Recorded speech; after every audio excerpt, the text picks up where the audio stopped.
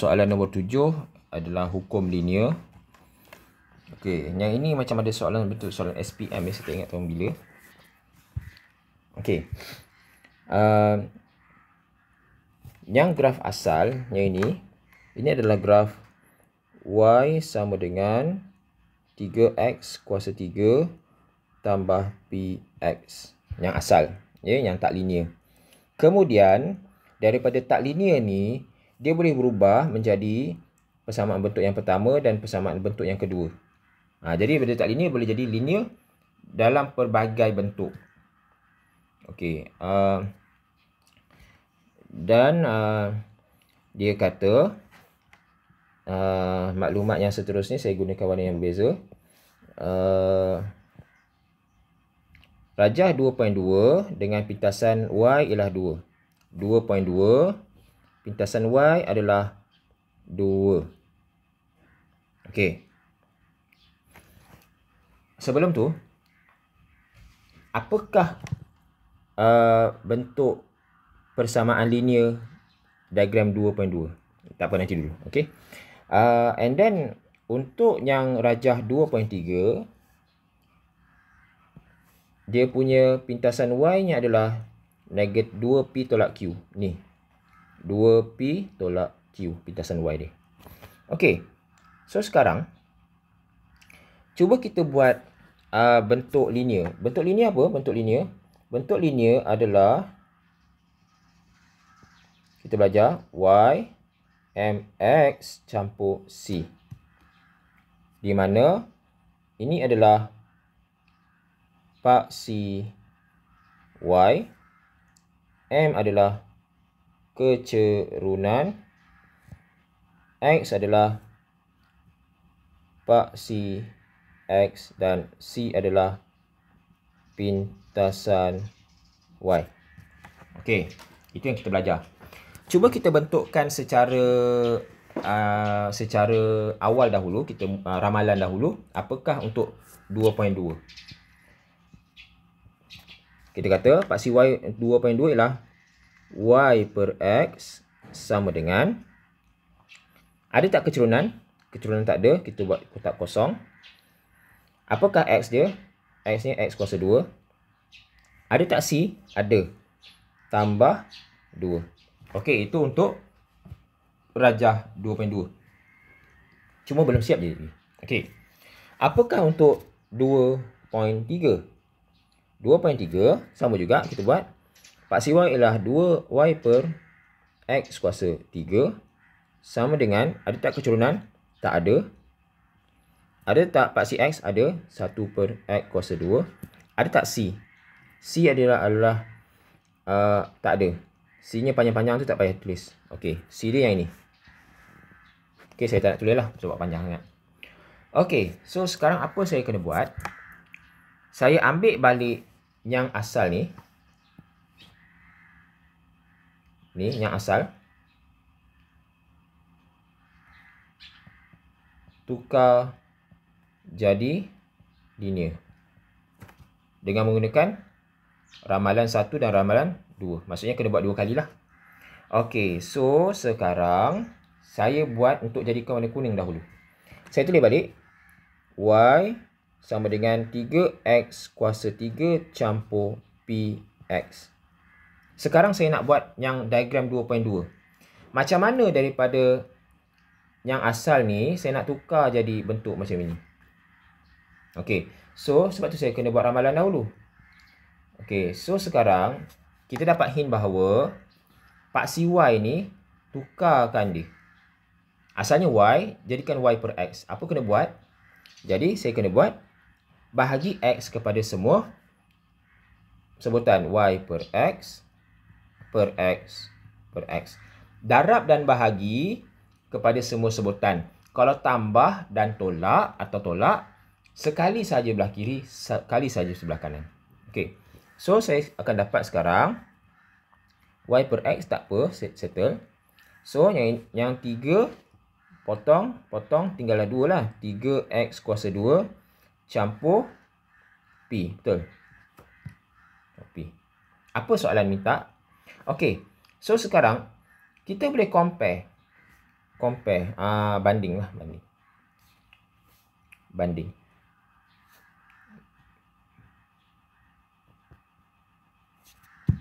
Maksudnya apa? Maksudnya, sini adalah 3. Kan? Ni, 3X kuasa 2. So, P adalah 2. Cari nilai P. Dah dapat P sama dengan 2. Okey, so sekarang saya untuk P. Okey, saya buat warna merah pula untuk yang diagram 2.3. Sama juga, saya ambil balik persamaan yang asal ni. Ya, saya tulis balik. Y sama dengan 3X kuasa 3 campur PX. Sekarang, saya fokus saja kat sini. Saya nak jadikan ada bahagi dengan X kuasa 3. Jadi, saya buat apa? Y. Tulis balik. Setiap sebutan, saya bagi dengan X kuasa 3. Jadi, Y per X kuasa 3, saya ringkaskan. X kuasa 3 bagi X kuasa 3, tinggallah 3. Campur, tinggallah 2 sini. P per X kuasa 2. Dan, saya boleh tulis dalam bentuk Y per X kuasa 3. Sini ialah P. Ini ialah 1 per X kuasa 3. Tambah 3 saya letak ujung. Okey, saya boleh tulis dalam bentuk macam tu. Kenapa? Sebab hint ni. Hint. Daripada sini. Saya tengok balik yang ini. Apa yang berlaku adalah dalam kotak yang pertama ialah P. Kecurunan ialah P. Dan dekat ujung ialah 3. Okey. So, sekarang saya just settlekan sahaja. Yang ini adalah 3. Dan P kamu telah dapat 2. Gantikan kat sini. Okey, so P sama dengan 2. So, kita fokus kat sini saja. So, 2. Sini, tadi 2. Tolak Q sama dengan 3. So, kamu tekan saja EQN pun dah dapat jawapan. Q sama dengan 1. Okey, nampaknya senang sahaja. Okey. Senang sahaja. Okey, walaupun bersimpang siur kat situ, tapi sebenarnya dia senang sahaja. Okey, soalan nombor 8. Okey, apakah soalan ini? Soalan ini ialah tajuk, nampak gaya macam tajuk garis lurus ya, geometri koordinat. Tapi sebenarnya ni adalah cerita pasal fungsi ya. Tajuk fungsi sebenarnya. Dia saja gabungkan dengan tajuk geometri koordinat. Okey. Fungsi gx diberi bahawa jika julat gx adalah yang ini. Jika julat bagi gx untuk domain 0 sampai 2, x 0 sampai 2 ialah yang ini. Tentukan nilai m.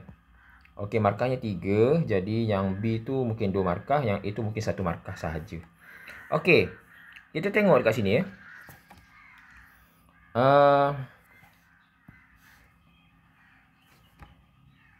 X 0 sampai 2. X 0 sampai 2 kat mana?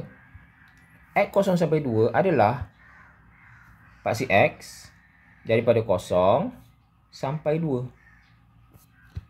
Okey. 0 sampai 2. So, untuk nilai Y, kita tengok yang paling kecil berapa? Ni. Inilah julat GX. Okey, julat bagi GX adalah negatif 3 sampai M per 2.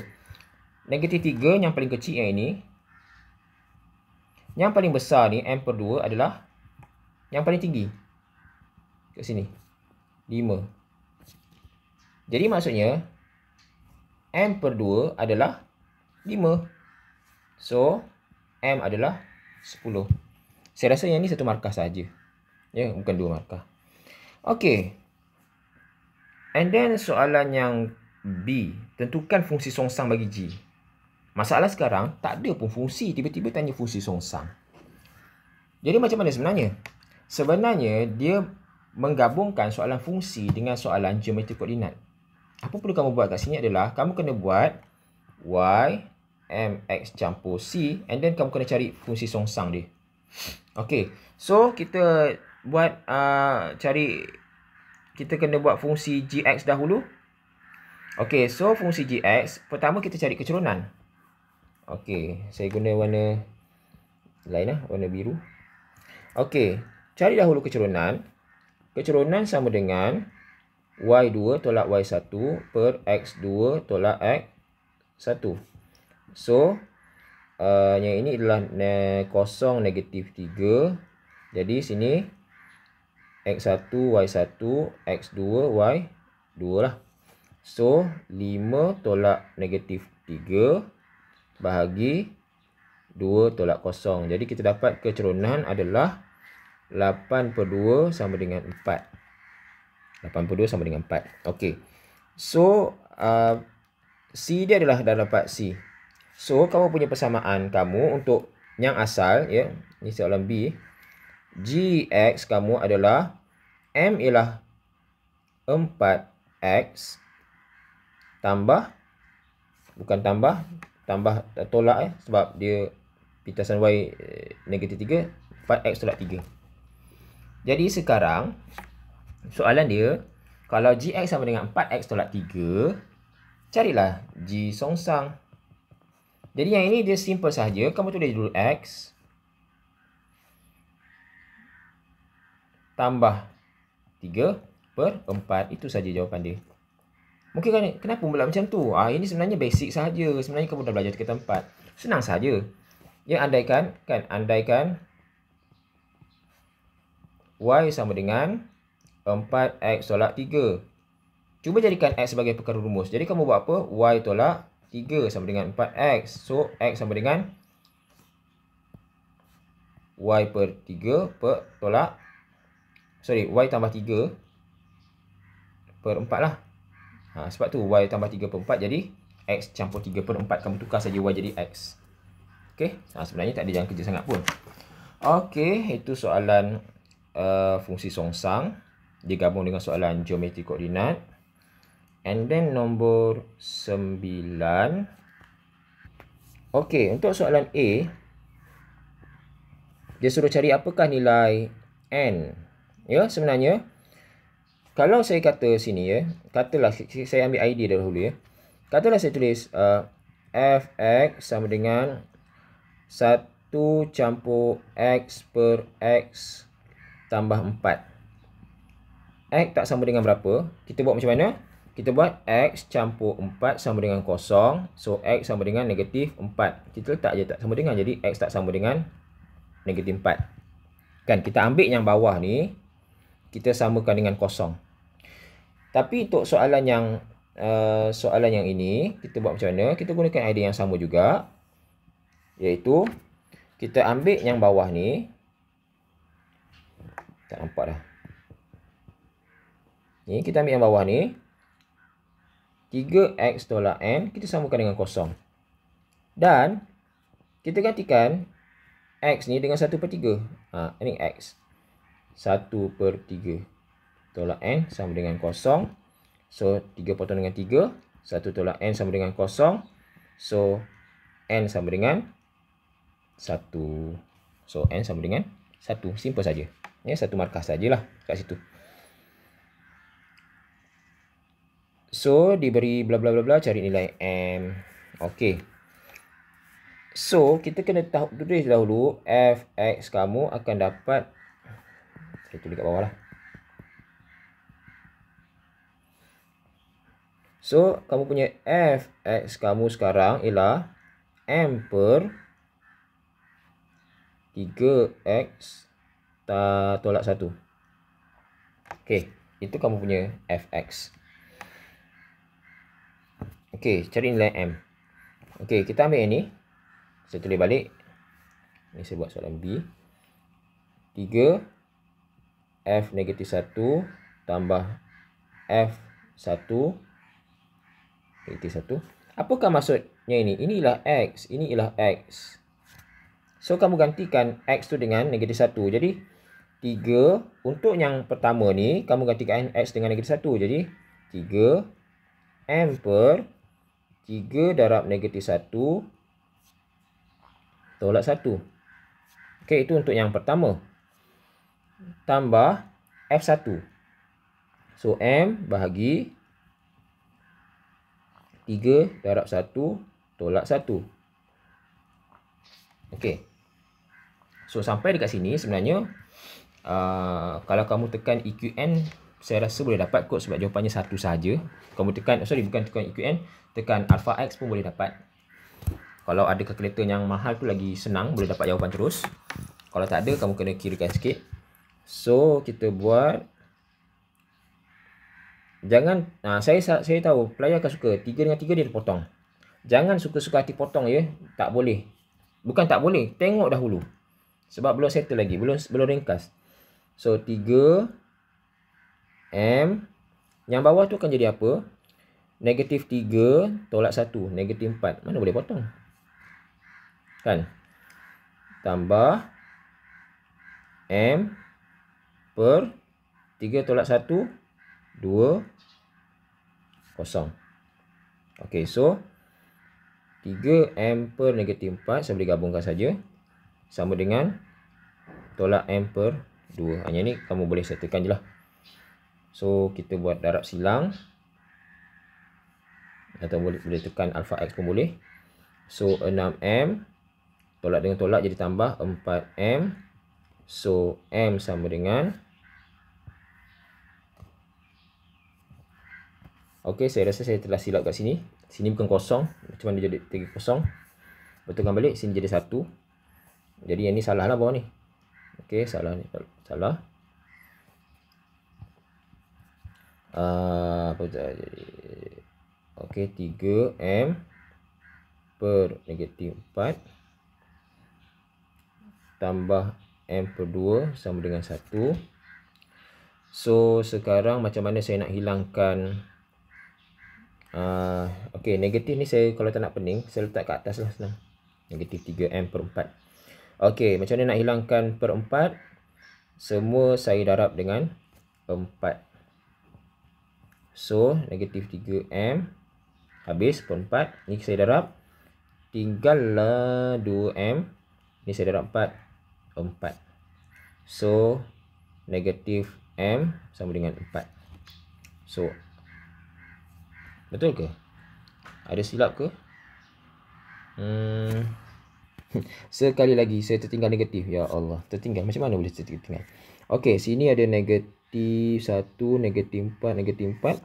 So, M sama dengan 4. Okey, careless. Jangan buat careless. Okey. Settle masalah nombor 9.